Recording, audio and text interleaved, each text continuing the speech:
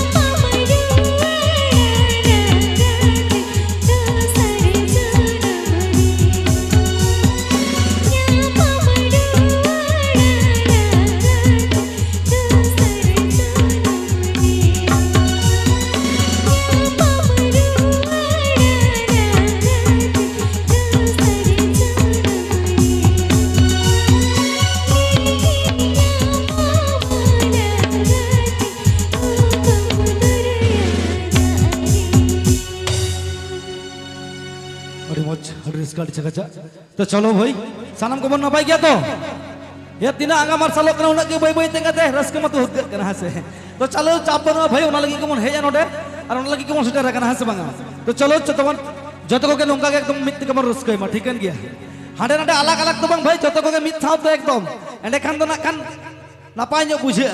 अद ना खान 150 जने लेका नाडे हेका तो किसनी चेड़े लेका उनका खाई बांग कना एकदम अड़ी मौज ठीकन गया तो चलो बेसी गलती दी बाबन तो हइया नोडे ना खान चेदा से ना खान आरो सिंगर को मेना को तो बनो को हमन लादे को ठीकन गया आमदया टंडी दे सब संगत कोड़ा अच्छा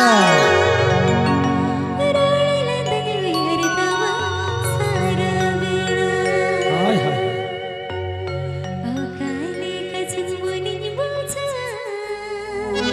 ओहो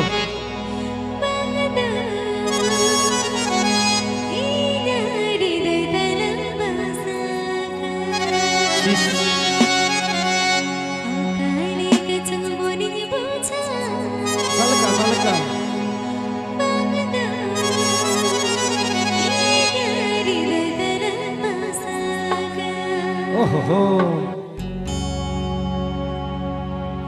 आमदया टंडी दे सब संगत कोड़ा रोड लग चुर का बसारा आमदया टंडी दे सब संगत कोड़ा रोड लग चुर का बसारा बेड़ा ओ काले के चुमनी पूछा तेरा तेरा बसा ओ काले के चुमनी पूछा बादा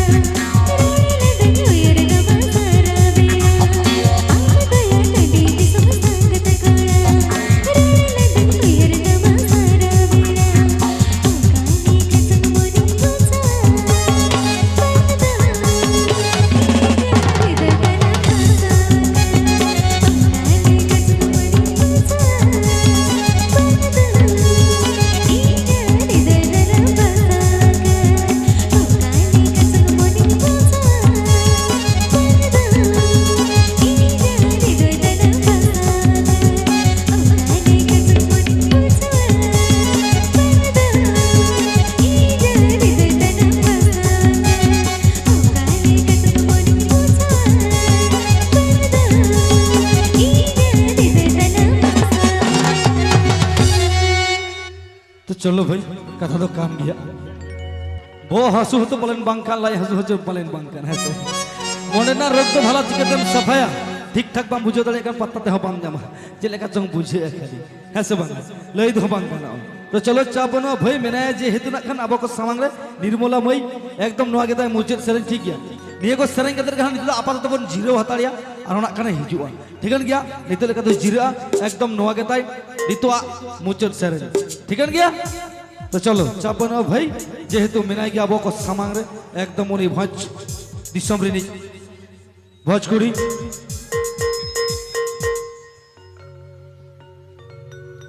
भाई निर्मला